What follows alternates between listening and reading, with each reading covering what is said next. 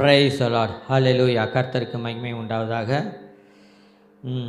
போன வாரம் செய்தியில் தொடர்ச்சியாக கொஞ்சம் பார்த்துட்டு அடுத்த காரியங்களை நம்ம பார்க்கலாம். தேவன் இன்றைக்கு சில வார்த்தைகளை கொடுத்திருக்கிறார். 1 பேதுரு 2:9-10 வாசிக்கலாம். நீங்களோ உங்களை அந்தகாரத்திலிருந்து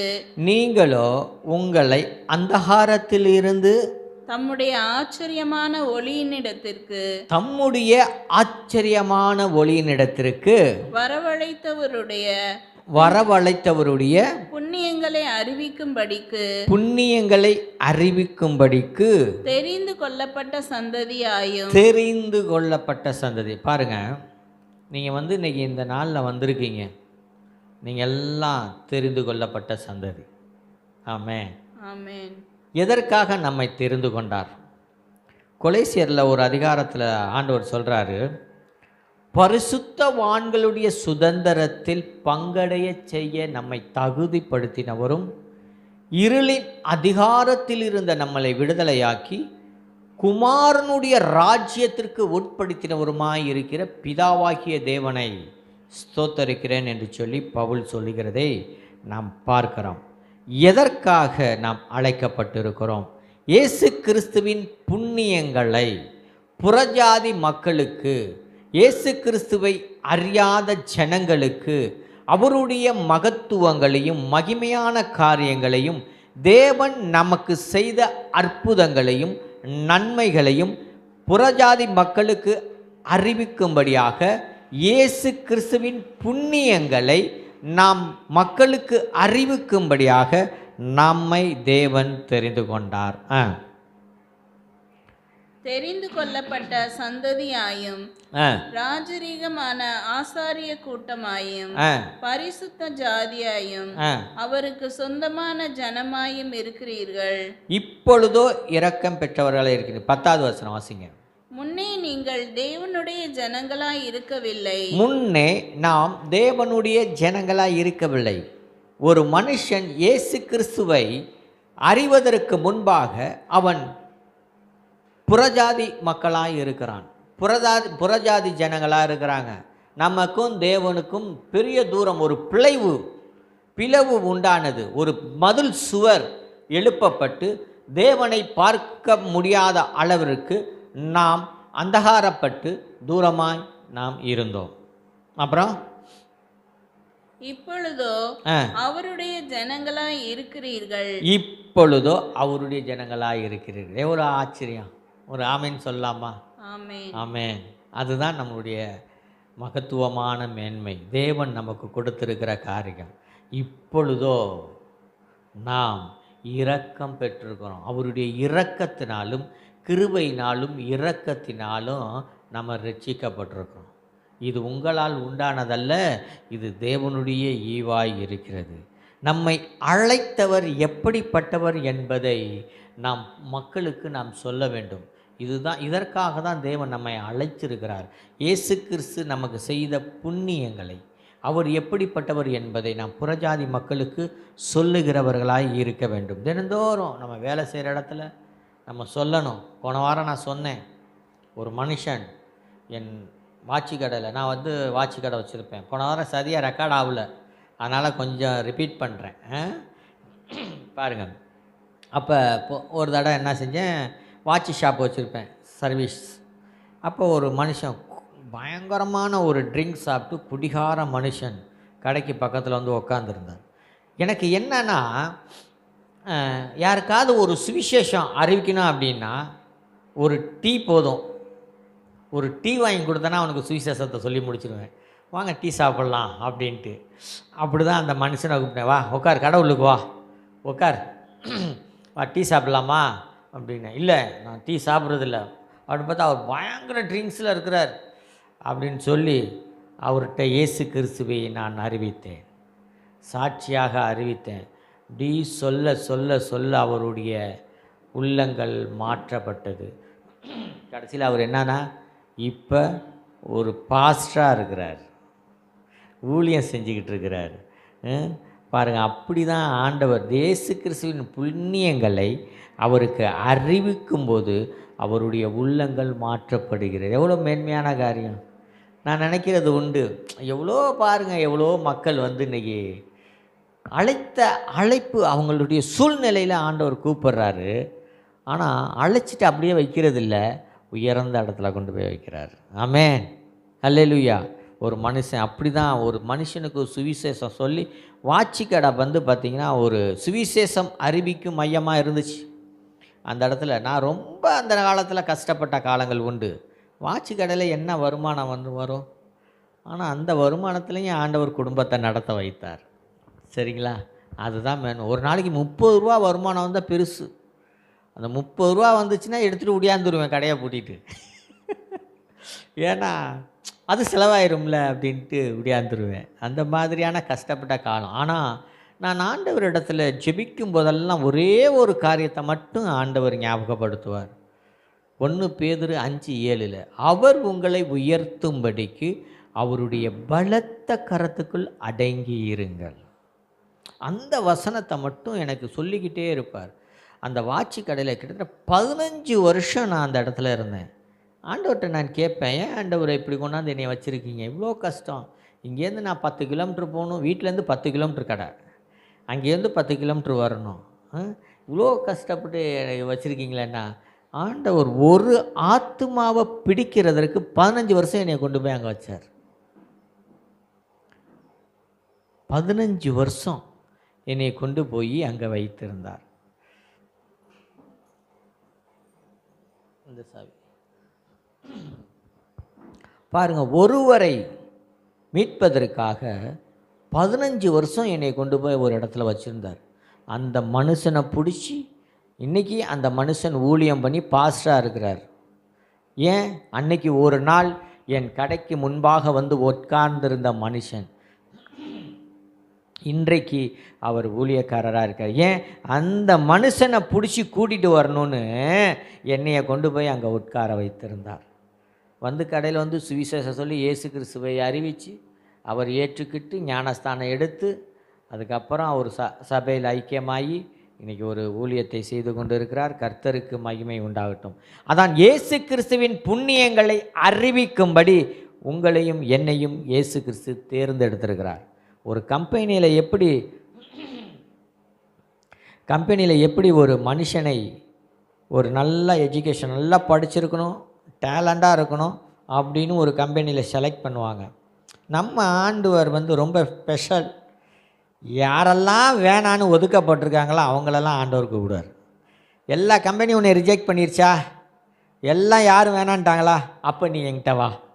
உன்னை வீட்டிலேருந்து துரத்தி விட்டாங்களா, உன்கிட்ட காசு இல்லையா, நீ வறுமையில் இருக்கியா, நீ என்கிட்ட வா அப்படின்னு கூப்பிட்டு அவர் நம்மளுடைய கம்பெனி பேர் என்ன தெரியுமா, நம்மளுடைய டிபார்ட்மெண்ட் என்ன, ஹெவன்லி டிபார்ட்மெண்ட், பரலோக கம்பெனி. நமக்கு எந்த குறையுமே வைக்க மாட்டார். நம்மளை அழைச்சி நம்மளை ஸ்தானாதிபதியாக வச்சுருப்பார்.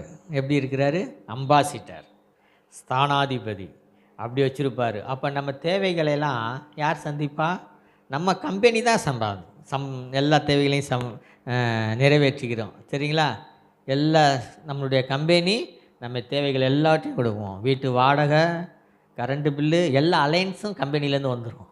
ஆமென். அப்படி தான் என்னை நடத்திக்கிட்டு இருக்கிறார் ஆண்டவர். சொல்லுங்கள். அடுத்த யோவான் 4வது அதிகாரம் சில வசனங்களை கூட நம்ம வாசிக்கலாம். இயேசு கிறிஸ்துவை சந்தித்த ஒரு நபர், ஒரு பெண்ணை குறித்து தான் நான் பேச போகிறேன். இயேசு கிறிஸ்து ஊழிய பாதையிலே ஊழியம் செய்து வந்துட்டு ரொம்ப கலப்பாக வந்து உக்காந்துருக்கார். எங்கே, சமாரியா பட்டணத்தில்.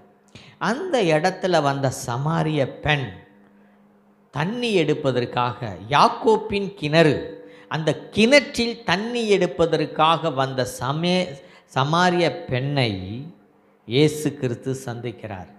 இந்த சமாரிய பெண்ணுக்கும் இயேசு கிறிஸ்துவுக்கும் மிகுந்த ஒரு உரையாடல் நடந்து கொண்டது. என்ன நடந்துக்கிட்டு இருக்கு, உரையாடல் நடந்து கொண்டு இருக்கிறது. அந்த உரையாடல் பாருங்கள், இயேசு கிறிஸ்து கலப்பாக வந்திருக்கிறாரு. அந்த நேரத்தில் அந்த சமாரிய பெண் 9ஆம் மணி நேரம், அப்போ மதியானம் 3 மணி நேரத்தில் அவள் தண்ணி குடம், அந்த சமாரிய பெண் ஒதுக்கப்பட்ட அந்த ஜாதியின் பெண், ஒதுக்கப்பட்ட சமுதாயத்தை சேர்ந்த பெண். சமாரிய பெண்ணுக்கும் இஸ்ரவேல் யூத ஜனங்களுக்கும் சம்பந்தமே கிடையாது. சம்பந்தம் கலக்க மாட்டாங்க. அவங்க என்ன யாருக்கிட்டையும் பேச மாட்டாங்க. அந்த சமாரிய பெண் என்ன செய்கிறாங்க, மதியானம் 3 மணிக்கு யாரும் வராத நேரம், எல்லாம் தூங்குனதுக்கு பிற்பாடு இந்த பெண் தண்ணி எடுக்க வராங்க. இப்போ வரும்பொழுது இயேசு கிறிஸ்துவை சந்திக்கிறாள். அப்போ இயேசு கிறிஸ்து கேட்குறாரு, எனக்கு தாகமாக இருக்குது, கொஞ்சம் தண்ணி குடிக்கன்னு. அப்போ சமாரிய பெண் சொல்கிறாங்க, உங்ககிட்ட பாத்திரமும் இல்லை, கிணறு ஆழமாக இருக்குது, எப்படியே தண்ணி குடிப்பீங்க அப்படின்னு அந்த பெண் கேட்குறாங்க. அப்போ உடனே தாகத்துக்கு தா என்று யார் கேட்குறாருன்னு தெரிஞ்சால் இப்படிலாம் நீ கேட்க மாட்ட அப்படின்னு சொல்கிற அந்த சம்பவத்தை பார்க்கலாம். வாசிங்க 4வது அதிகாரம். அவருடைய சீசர்கள் போஜன பதார்த்தங்களை கொல்லும்படி ஊருக்குள்ளே போயிருந்தார்கள். அப்பொழுது சமாரிய நாட்டாளாகிய ஒரு ஸ்திரீ தண்ணீர் மொள்ள வந்தாள். இயேசு அவளை நோக்கி, தாகத்துக்கு தா என்றார். யூதர்கள் சமாரியருடனே சம்பந்தம் கலவாதவர்கள் ஆனபடியால் சமாரிய ஸ்திரீ அவரை நோக்கி, நீர் யூதனாய் இருக்க சமாரிய ஸ்திரீயாகிய என்னிடத்தில் தாகத்துக்கு தா என்று எப்படி கேட்கலாம் என்றால், இயேசு அவளுக்கு பிரதியுத்தரமாக, நீ தேவனுடைய ஈவையும் தாகத்துக்கு தா என்று உன்னிடத்தில் கேட்கிறவர் இன்னார் என்பதையும் அறிந்திருந்தாயானால் நீயே அவரிடத்தில் கேட்டிருப்பாய், அவர் உனக்கு ஜீவ தண்ணீரை கொடுத்திருப்பார் என்றார். அதற்கு அந்த ஸ்திரீ, ஆண்டவரே, மொண்டு கொள்ள உம்மிடத்தில் பாத்திரம் இல்லையே, கிணறும் ஆழமாய் இருக்கிறதே, பின்ன எங்கே இருந்து உமக்கு ஜீவ தண்ணீர் உண்டாகும்? பாருங்க, உங்ககிட்ட பாத்திரம் இல்லை மோண்டு குடிக்கிறதுக்கு, கிணறு ஆழமாக இருக்குது, அப்புறம் ஒன்றுமே இல்லாத சொல்ல நீங்கள் எப்படி எனக்கு ஜீவ தண்ணீரை கொடுக்க முடியும், எப்படி தருவீங்க அப்படின்னு இந்த சமாரிய பெண் கேட்குறா. அதுக்கு இயேசு கிறிஸ்து என்ன சொல்கிறாரு, இந்த கிணற்றை எங்களுக்கு தந்த நம்முடைய பிதாவாகிய யாக்கோபை பார்க்கிலும் நீர் பெரியவர். அப்ப சொல்ற, இது இந்த கிணறு யாக்கோப்பு கிணறு. யாக்கோப்பு அவங்க குடும்பத்தாரை உபயோகப்படுத்தின, பொதுமக்கள் உபயோகப்படுத்தின, யாக்கோப்பு குடும்பத்தில் ஆடு மாடுகள் எல்லாம் இந்த கிணற்சி மூலமாக தாகம் தீர்த்த கிணறு. இந்த யாக்கோப்பை விட நீங்க பெரியவரானு அங்க சமாரிய பெண் கேட்கிறா. அதற்கு இயேசு கிறிஸ்து என்ன சொல்றாரு, இயேசு அவளுக்கு பிரதியுத்தரமாக, இந்த தண்ணீரை குடிக்கிறவனுக்கு மறுபடியும் தாகம் உண்டாகும், நான் கொடுக்கும் தண்ணீரை குடிக்கிறவனுக்கோ ஒரு காலம் தாகம் உண்டாகாது. ஒரு காலம் தாகம் உண்டாகாது. இதுதான் இயேசு கிறிஸ்து. நமக்கு இந்த உலகத்தை பார்க்கும் பொழுது சில நேரத்தில் கவலைகள் என்ன செய்யும், இந்த கவலை எப்படி ஆண்டவர் தீர்ப்பார்? நம்ம அறிவுக்கு, நம்முடைய சிந்தனைக்கு நம்ம சில நேரங்களில் யோசிக்கிறோம். என்ன யோசிக்கிறோம், நமக்கு பயங்கர பிரச்சனை இருக்கும், அந்த பிரச்சனை இப்படி, இந்த பிரச்சனையை ஆண்டவர் தீர்த்து வைக்க போகிறார் அப்படின்னு. அதெல்லாம் ஆண்டவர் ஒரு நிமிஷத்தில் தீர்த்துருவார். எல்லா பிரச்சனையும் மாறிடும், கவலையே படக்கூடாது. எல்லாம் அவருடைய கரத்தில் கொடுத்துட்டோம் அப்படின்னா அவர் பார்த்துக்குவார். சில நேரங்களில் நம்ம ஜெபிக்கிறது, ஜெபத்திற்கு பதில் வருதா வரலையா, ஆண்டவர் நம்ம கூட இருக்கிறாரா இல்லையா அப்படின்னு சந்தேகமாக இருக்கும். இவ்வளோ பிரச்சனை இருக்குது, இவ்வளோ இதாக இருக்குது. சில நேரங்களில் மக்கள் பேசுகிறத நான் கேட்டிருக்கேன். என்ன சொல்லுவாங்கன்னா, நம்ம சர்ச்சுக்கு போனதுனால தான் இவ்வளோ பிரச்சனை, சர்ச்சுக்கு போகிறதுனால தான் இவ்வளோ பிரச்சனை நடக்குது, சர்ச்சுக்கு போட்டு வந்தாலே பயங்கர பிரச்சனையாகுது அப்படின்னு நமக்கு சொல்கிறத, மக்கள் சொல்கிறத கேட்குறேன். சர்ச்சுக்கு போகிறதுனால பிரச்சனை கிடையாது, நம்ம ஆராதிச்சுட்டு வந்ததுனால பிசாசுக்கு பொறாமை. நம்ம ஆராதிச்சுட்டு வந்துட்டோம்ல, பிசாசு என்ன செய்வான், யார் மூலமாவது நம்மளை டார்ச்சர் பண்ணுவான் தெரியுங்க. அதுதான் அவனுடைய தந்திரம். பிசாசுனுடைய தந்திரம் பார்த்தீங்கன்னா, அவன் எப்படிப்பட்டவன், பொய்க்கு பிதாவாக இருக்கிறான் சரிங்களா. ஏதாவது ஒரு பொய்யை சொல்லி மக்களை ஏவி நமக்கு டார்ச்சர் கொடுத்துக்கிட்டே இருப்பான். நம்ம தினந்தோறும் செய்கிற ஒரு காரியம் என்னென்னா, செபிக்கிற ஒரு வாழ்க்கை நமக்கு இருக்கணும். ஜெபம் நம்மளுடைய வாழ்க்கையில் மிக மிக முக்கியமான ஒரு காரியம். ஜெபிக்க என்ன ஆகும் தெரியுங்களா, நம்முடைய வாழ்க்கை தேவனை நோக்கி கடந்து சென்று கொண்டே இருக்கும், தேவனையே சார்ந்து இருக்கும். இப்போ பாருங்கள், ஒரு கறி கடைக்கு போனீங்கன்னா கறி வெட்டிக்கிட்டே இருப்பான், அப்புறம் கத்தியை திட்டுவான், அப்புறம் வெட்டுவான். ஏன், வெட்ட வெட்ட அந்த கத்தி வந்து மழுங்க ஆரம்பிச்சிடும், சரியாக வெட்டாது. சரிங்களா? அப்போ என்ன நடக்கும்? அவன் அந்த ஷார்ப்பு பண்ணுறான். அப்போ நம்மளுடைய வாழ்க்கையில் ஜெபம் இருக்க இருக்க இருக்க நம்முடைய வாழ்க்கை ஷார்ப்பாக மாறும். இயேசு கிறிஸ்துவோடு இணைந்து இருக்க இருக்க பிசாசுகள் நடுங்கும். பிசாசுகள் நடுங்கும், நம்மளை பார்த்தாலே ஓடி போயிடும். சரிங்களா? அப்போ தான் சொல்லுவாங்க நம்மளுடைய வாழ்க்கை அப்படியே கொஞ்சம் கொஞ்சமாக அப்படியே எல்லாம் ரிலீஸ் ஆகிடும். சரியா? தாவீதுக்கு இல்லாத பிரச்சனையா? தாவீது எவ்வளோ பிரச்சனைகளோடு இருந்தார். ராஜாவா அபிஷேகம் பண்ணதுக்கு முன்னாடி என்ன ஆடு மேய்ச்சிக்கிட்டு அவர் எனக்கென்னான்னு இருந்தார். சரியா? இப்போ என்னன்னா அபிஷேகம் பண்ணியாச்சு, சவுல் கொல்றதுக்கு துரத்துறான். சரிம்மா? எங்கெங்கே ஓடுறாரு, பள்ளத்தாக்கில் ஓடுறாரு, எல்லா இடமும் ஓடுறாரு உயிரை காப்பாற்றுறதுக்கு. அபிஷேகம் பண்ண உடனே தாவீதுக்கு அவ்வளோ பிரச்சனை, கொல்ல நினைக்கிறான். தாவீதை சவுல் கொல்ல நினைக்கிறான். அப்போ ஏதாவது சொன்னாரா தாவீது, ஆண்டவர் அப்படின்னு ஏன் இப்படி பண்ணீங்கன்னு கேள்வி கேட்டாரா? இல்லை. தேவனுடைய திட்டம் நம்முடைய வாழ்க்கையில் செயல்படும் வரையிலும் யாரும் நம்மை ஒன்றும் செய்ய முடியாது. ஆமென். யாரும் நம்மை தொடவே முடியாது. உங்களுக்குன்னு வைத்திருக்கிற தேவனுடைய திட்டம் அது கண்டிப்பாக நிறைவேறும். சரியா? உங்களுக்கென்று வைத்திருக்கிற ஆசீர்வாதம் அது வந்து சேரும். ஆமென். ஆமென் சொல்லுங்க. ஆமென். உங்களுக்கென்று வைத்திருக்கிற ஐஸ்வர்யங்கள் ஆசீர்வாதங்கள் எல்லாம் வெகு சீக்கிரத்தில் வரும். உங்களுக்கு உண்டானது உங்களுக்கு கரத்திலே கொடுக்கப்படும். ஆமென். அதான் வச்சிருக்க, அதான் நம்ம ஆண்டவருடைய ஸ்பெஷல். பாருங்க, யோவான் 15:16 சொல்றாரு, நீங்கள் என்னை தெரிந்து கொள்ளவில்லை, நான் உங்களை தெரிந்து கொண்டேன். நீங்கள் என்னுடைய கம்பெனிக்கெலாம் வரல, என்னுடைய ஊழியத்துக்கு வரல, நான் செலக்ட் பண்ணி வச்சுருக்கேன். நான் உங்களை அழைச்சிருக்கேன், நான் தான் உங்களை செலக்ட் பண்ணி வச்சுருக்கேன். அதனால் நான் சொல்கிறது தான் நீங்கள் கேட்கணும் அப்படின்னு சொல்கிறாரு. பாருங்கள், அப்புறம் நீங்கள் என் நாமத்தினாலே பிதாவை கேட்டுக்கொள்வதுவோ அதை அவர் உங்களுக்கு கொடுக்கத்தக்கதாக நீங்கள் போய் கனி கொடுக்கும்படிக்கு அதை வாசிச்சிருங்க. யோவான் 15:16. நீங்கள் என்னை தெரிந்து கொள்ளவில்லை, நான் உங்களை தெரிந்து கொண்டேன். சரி. நீங்கள் என் நாமத்தினாலே பிதாவை கேட்டுக்கொள்வது எதுவோ அதை அவர் உங்களுக்கு கொடுக்கத்தக்கதாக நீங்கள் போய் கனி கொடுக்கும்படிக்கும் உங்கள் கனி நிலைத்திருக்கும்படிக்கும் நான் உங்களை ஏற்படுத்தினேன். இரண்டு காரியத்தை இங்கே தேவன் சொல்றார். என்னன்னா, ஒன்று, நீங்கள் கனி கொடுக்கணும், அந்த ஒரு வாழ்க்கை. ரெண்டாவது வாழ்க்கை இயேசுவோடு நிலைத்திருக்க வேண்டும். இன்றைக்கி சில பேர் ஐஸ்வர்யம் வந்தால் ஆண்டவரை விட்டுறாங்க. போன வாரம் பேசினோம். ஒரு தினகரன் ஐயாவை ஒரு குடும்பம் சந்தித்தது. தினகரன் ஐயா குடும்பத்தை ஒரு குடும்பம் சந்தித்தது. அப்போ தினகரன் ஐயா அந்த குடும்பத்திற்கு ஜெபம் பண்ணுறார். ஜெபம் பண்ணும் போது அவங்க பாருங்கள், அந்த குடும்பம் ரொம்ப ஜெபிக்கிற குடும்பம், ரொம்ப ஆசீர்வாதமாக இருக்கிற குடும்பம், ஜெபத்தில் உறுதியாய் தரித்திருக்கிற ஒரு குடும்பம். அந்த குடும்பம் தினகரன் ஐயாவை பார்த்து ஜெபிப்பதற்கு வந்திருக்கிறாங்க. அந்த நேரத்தில் தினகரன் ஐயா ஜெபிக்கிறாங்க. அந்த ஜெபித்து அந்த குடும்பத்தை ஆசீர்வதித்து அவங்க கடந்து செல்கிறாங்க. அந்த சில மாதங்களிலே அந்த குடும்பம் மிக ஆசீர்வாதமான குடும்பமாக மாறுகிறது.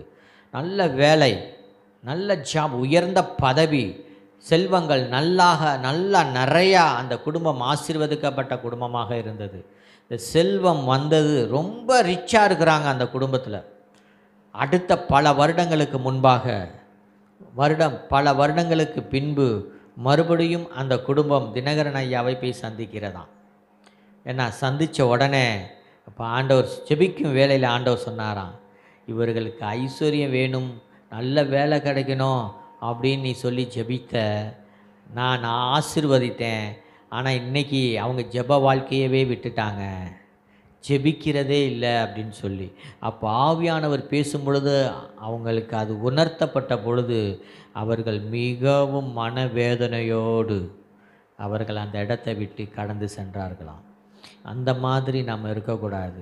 ஜெபம் பண்ண பண்ண நமக்கு ஆசீர்வாதம் வரும். அந்த ஆசீர்வாதத்தின் மயக்கத்தினால் நாம் இயேசு கிறிஸ்துவை கைவிடக்கூடாது, அவரை விட்டு பின்வாங்கக்கூடாது. நமக்கு ஆசீர்வாதம் வர வர நம்முடைய ஜெப வாழ்க்கை அதிகமாகிக் கொண்டே இருக்க வேண்டும். சில பேர் சொல்லுவாங்க, நான் எப்போதும் ஸ்தோத்திரம் பண்ணிக்கிட்டு தானே இருக்கேன், எப்பொழுதும் ஜெபித்துக்கிட்டு தானே இருக்கிறேன். நான் நினச்சிருக்கேன், நான் ஏன் சொல்கிறேன், நானே என்ன செஞ்சுருக்கேன்னா, நான் எப்போவுமே ஆண்டவர்கிட்ட பேசிகிட்டு இருக்கேன், ஆண்டவர்கிட்ட ஜெபம் பண்ணுறோம், செய்தி எடுக்கிறோம்.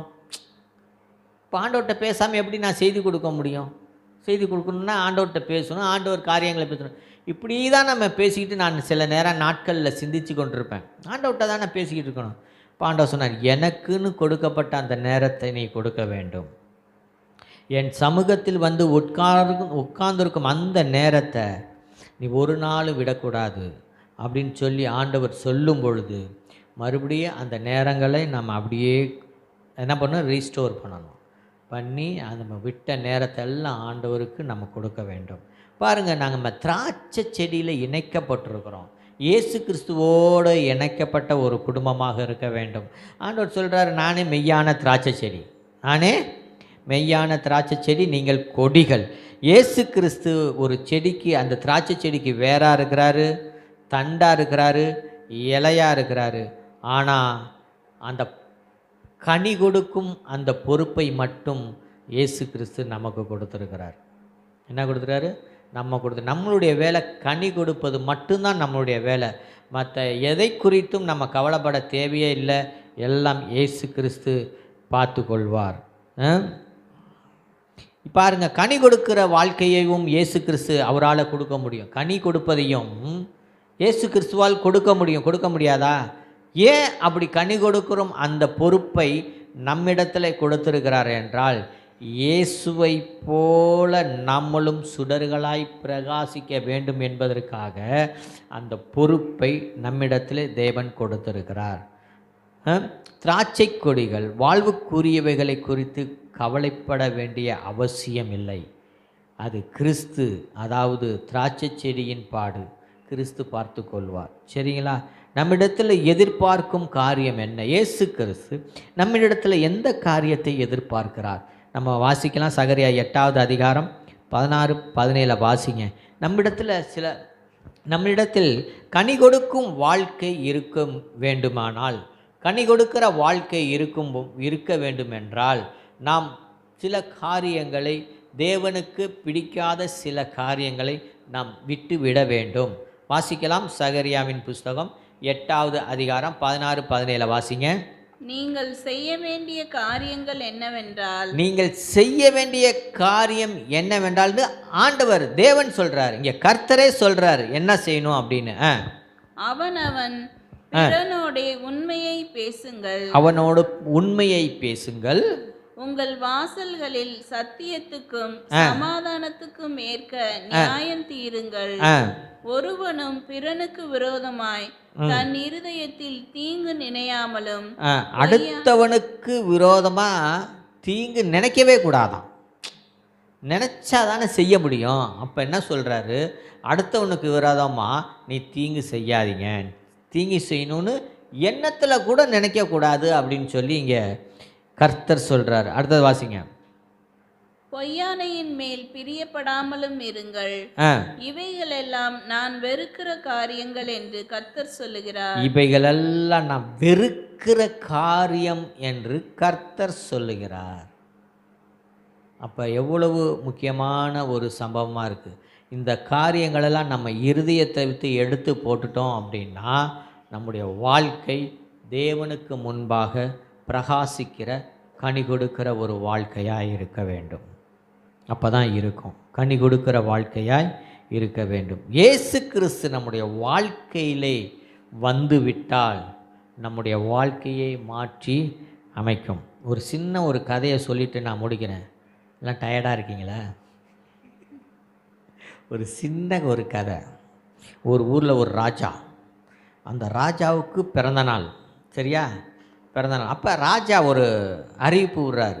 ராஜாவை புகழ்ந்து யார் ஒரு நல்ல கவிதை பாட்டு எழுதிட்டு வராங்களோ அவங்களுக்கு அவர் விருப்பம் என்னவோ அந்த விருப்பத்தை ராஜா நிறைவேற்றுவார் அப்படின்னு சொல்லி அந்த ஊரில் உள்ள எல்லாத்துக்கும் தண்டோரா போட்டு சொல்லிட்டாங்க.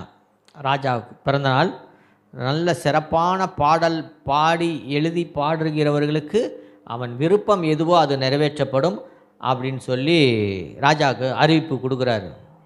இது எல்லா ஊருக்கும் போய் அந்த தண்டோராக்காரங்க சொல்லிட்டாங்க. அப்போ ஒரு ஊரில் ஒரு கிராமத்தில் ஓலை குடிசையில் ஒரு புலவர் ஒரு பாட்டு எழுதி ராஜா கிட்ட வந்து பாடுறார். பாடும்பொழுது அந்த ராஜாவுக்கு ரொம்ப சந்தோஷம். இந்த மாதிரி ஒரு பாடலை எந்த புலவரும் வந்து எழுதலை, நீ எழுதிட்டு வந்துட்ட, உனக்கு என்ன வேணும் அப்படின்னு சொல்லி. யார்? புலவர்கிட்ட ராஜா கேட்குறார், உனக்கு என்ன வேணும், உன் ஆசை நிறைவேற்றப்படும் அப்படின்னு சொல்கிறார். அப்போ அந்த ராஜா அந்த புலவர் சொல்கிறாரு ராஜா கிட்ட பார்த்து, எல்லாம் நீங்கள் எல்லாம் வேணாம் ஆண்டவர், எல்லாம் வேணாம் ராஜாவே, என் வீட்டில் வந்து நான் சாப்பிட்ற சாப்பாட்டை மட்டும் நீங்கள் சாப்பிடுங்க, அது போதும், என் கூட உட்காந்து என் கூட சாப்பிடுங்க அப்படின்னு சொல்கிறாங்க. அந்த புலவர் சொல்கிறாரு, அப்படியா, சரி, என்னையா உனக்கு 1000 பொற்காசு கேட்காம, எவ்வளவோ ஐஸ்வர்யம் கேட்காம, உன் வீட்டில் வந்து சாப்பாடு சாப்பிடணுன்னு கேட்குறியே, சரி அப்படின்னு சொல்லிட்டு ராஜா உத்தரவு கொடுக்குறாரு. ஒரு நாள் வந்தது. ராஜா அந்த வீட்டுக்கு போவதற்கு நாள் குறிக்கப்பட்டது. அப்போ குறிக்கிற நாளில் போய் அந்த ராஜாவுடைய ஸ்தானாதிபதிகள்லாம் இருப்பாங்கள்ல, ராஜா மந்திரிமார்கள்லாம் இருப்பாங்கள்ல, அவங்க என்ன செய்கிறாங்க, சரி ராஜா வீட்டுக்கு போகிறாரு, அந்த புலவர் வீட்டுக்கு, அதெல்லாம் எப்படி இருக்குன்னு புலவர் வீட்டை போய் பார்த்துட்டு வரணும்னு முதல்ல போகிறாங்க. அந்த வீட்டை போய் பார்க்க போனால் அந்த ராஜா வீடு என்னென்னா கொஞ்சம் தூரம், ரோடு ரொம்ப தூரம், ஒரு கிராமத்துக்கு போகணும். போகிற வழி பார்த்திங்கன்னா ஒத்தையடி பாதையாக இருக்குது, சின்ன பாதை. அந்த பாதையில் போகணும். இந்த பாதையில் எப்படி ராஜா தேரில் வருவார், முதல்ல அந்த ரோடெல்லாம் அகலப்படுத்தணும் அப்படின்னு சொல்லி நல்லா அகலப்படுத்தி ராஜா போகிற மாதிரி அந்த புலவர் வீட்டு வரையிலும் எல்லா பாதையெல்லாம் சரி செய்யாச்சு. சரி, ராஜா வந்து வீட்டு வரும்போது ராத்திரி ஆகிடுமே, எப்படி இந்த ராத்திரி வந்து ராஜா போவார்னு சொல்லிட்டு அந்த ரோடு ஃபுல்லாக என்ன செஞ்சாங்க, தீபத்தை கொளுத்தி வச்சுட்டாங்க. தீபங்களை அங்கே ராஜா அந்த புலவர் வீட்டு வரையிலும் தீபத்தை கொளுத்தி வச்சாச்சு. இப்போ ராஜாவுக்கு வெளிச்சு வச்சார். அந்த புலவர் வீட்டுக்கு போய் பார்த்தா ஓலை குடிசை எல்லாம் இத்து போய் எல்லாம் ஓட்டையாக தொங்குது. ஐயோ, என்னடா இப்படி வச்சுருக்கிறான் வீடு, ராஜா வந்தால் இப்படி தங்குனா எப்படி தங்குவார்? உடனே என்ன செஞ்சாங்க, மந்திரிமார்கள்லாம் அந்த கூரையெல்லாம் பிரிச்சுட்டு நல்லா சூப்பராக மேலே எல்லாம் கூரையெல்லாம் போட்டு அந்த வீடெல்லாம் ஒயிட் வாஷ் பண்ணி அழகுபடுத்திட்டார். சேரை பார்த்தா சேர்லாம் உடஞ்சி கிடக்கு, இதில் எப்படி ராஜா உட்காருவார் அப்படின்ட்டு அந்த சேரெல்லாம் மாற்றி ராஜா உட்கார்ற மாதிரி சேர் எல்லாத்தையும் அரேஞ்ச்மெண்ட் பண்ணிட்டாங்க. ராஜா வராரு. ராஜா வந்தோனி இந்த புலவன் என்ன செய்கிறாரு தெரியுமா, இவ்வளோண்டு மண் சட்டி இருக்குமா, அந்த மண் சட்டியில் இந்த கூழ் இருக்குல்ல, கூழ் அதை கொண்டாந்து கொடுக்குறாரு ராஜாவுக்கு. அப்போ ராஜா வாங்கிட்டு சொல்கிறாரு, இந்த கூழை குடிக்கவா என்னை இவ்வளோ தூரம் வர சொன்னேன் அப்படின்னு ராஜா கேட்குறாரு. அப்போ அந்த புலவன் சொல்கிறாரு, ராஜாவே, இந்த கூழை குடிக்கிறதுக்கு நான் கொடுக்கல, என் வீட்டுக்கு நீங்கள் வரணும், நீங்கள் வந்ததுனால தான் என் வீட்டில் வந்த ரோடு சரியாச்சு, ரோடு சரியானதுனால அந்த ரோட்டுக்கு வெளிச்சம் வந்துச்சு, என் வீடு கூரை வந்துச்சு, எல்லாமே புதுப்பிக்கப்பட்டது. இயேசு கிறிஸ்து என்னும் ராஜாதி ராஜா நம்ம உள்ளத்தில் வந்திருக்கும் பொழுது நம்முடைய வாழ்க்கை எல்லாம் மாற்றப்படும், நம்ம வழிகள் எல்லாம் மாற்றப்படும், கரடான முள் செடிகள் எல்லாம் அகற்றப்படும், பாலைவனம் வனாந்தரம் எல்லாம் மாற்றி அமைக்கப்படும். அதுதான் உண்மையான கதை, சரிங்களா? இயேசு கிறிஸ்துன்னு ராஜாதி ராஜா நம்ம உள்ளத்தில் வரும்போது நம்ம எப்படி இருக்கணும்? இந்த சகரியா புஸ்தகத்தில் சொன்ன இல்லை, அந்த கசப்பு, அந்த பிறனுக்கு விரோதமாக செய்ய தீங்கு எதுவுமே நம்ம வாழ்க்கையில் வரக்கூடாது. இந்த கதையை ஞாபகம் வச்சுக்கோங்க. ஒவ்வொரு நாளும் இயேசு கிறிஸ்துவே என் உள்ளத்தில் வாங்க, ராஜாதி ராஜாவே நீங்கள் வரும்பொழுது என் வாழ்க்கையே மாற்றி அமைக்கப்படும். ஆமென். நன்றியோடு உம்மை ஸ்தோத்தரிக்கிறேன், துதிக்கிறேன் தகப்பனே. இந்த நாளில் உம்முடைய ஆராதனையை நடத்தி கொடுத்ததுக்காக உமக்கு நன்றி. ஆவியானவர் அசைவாடினதற்காக நன்றி. அந்த ஒவ்வொருவரையும் ஆசீர்வதிங்க அப்பா. எங்களுடைய எதிர்பார்ப்புகள் எல்லாம் ஆண்டவரே உமக்கு தெரியும். எங்களுடைய எதிர்பார்ப்புகள் எவ்வளவாக இருந்தாலும் உம்முடைய சித்தம் மட்டுமே எங்கள் வாழ்க்கையிலே நடக்கட்டும். எங்களுக்கு என்ன காரியங்கள் ஏற்படுத்தி வைத்திருக்கிறீரோ அந்த காரியங்கள் எங்களுக்கு நிச்சயமாய் உம்முடைய கரத்தில் இருந்து வரும் தகப்பனே. நன்றியோடு ஸ்தோத்தரிக்கிறேன். ஐஸ்வர்யமும் கனமும் உம்மாலை வருகிறது. தேவரீர் எல்லாவற்றையும் ஆளுகிறவர். உம்முடைய கரத்திலே சத்துவமும் வல்லமை உண்டு. எவரை மேன்மைப்படுத்தும் பலப்படுத்தும் உம்முடைய கரத்தினால் ஆகும். தகப்பனே, வந்த ஒவ்வொருவரையும் நீங்கள் ஆசீர்வதிக்கும்படியாய் நான் ஜெபிக்கிறேன். உடைய கரம் கிருபை எங்களை வழி நடத்தட்டும். பாதுகாத்து வழி நடத்துங்க. பிள்ளைகளுடைய வாழ்க்கை எல்லாம் உடைய கரத்தில் இருக்கிறது. ஒரு விசை பிள்ளைகளை நினைவு கூறும்படியாய் நாங்கள் ஜெபிக்கிறோம் தகப்பனே. பிள்ளைகளுடைய எல்லா அந்த செல்ஃபோன் மூலமாக இன்றைக்கு சமுதாயங்கள் வாலிப பிள்ளைகள் சீரழிந்து கொண்டு இருக்கிறார்கள். ஆண்டவரே, சூழ்நிலைகள் எல்லாம் மாறட்டும். ஆண்டவரே, மாறட்டும். உடைய கரம் கிருபை இருக்கட்டும். ஆசீர்வதிங்க, வழி நடத்துங்க. எல்லாம் மாறட்டும், எல்லாம் மாறட்டும். கர்த்தருடைய கண்கள் நீதிமான்கள் மேல் நோக்கமாக இருக்கிறது. உடைய கண்கள் எங்களை காண்கிறது. அதற்காய் நன்றி. தயவு இரக்கம் எங்களை வழி நடத்தட்டும். இயேசு கிறிஸ்துவின் நாமத்தில் ஜெபிக்கிற நல்ல பிதாவே, ஆமேன், ஆமேன். என் ஆத்துமாவே கர்த்தரை ஸ்தோத்திரி, என் முழு உலமே அவருடைய பரிசுத்த நாமத்தை ஸ்தோத்திரி. என் ஆத்துமாவே கர்த்தரை ஸ்தோத்திரி, கர்த்தர் செய்த சகல உபகாரங்களை மறவாதே. ஆமேன், ஆமேன். நம்முடைய கர்த்தராகிய இயேசு கிறிஸ்துவின் கிருபையும் பிதாவாகிய தன்னுடைய அன்பும் பரிசுத்த ஆவியானவருடைய அந்யோன்ய ஐக்கியம் நம் அனைவரோடும் கூட இருப்பதாக. ஆமேன். ஹல்லேலூயா, ஹல்லேலூயா. Praise the Lord, praise the Lord.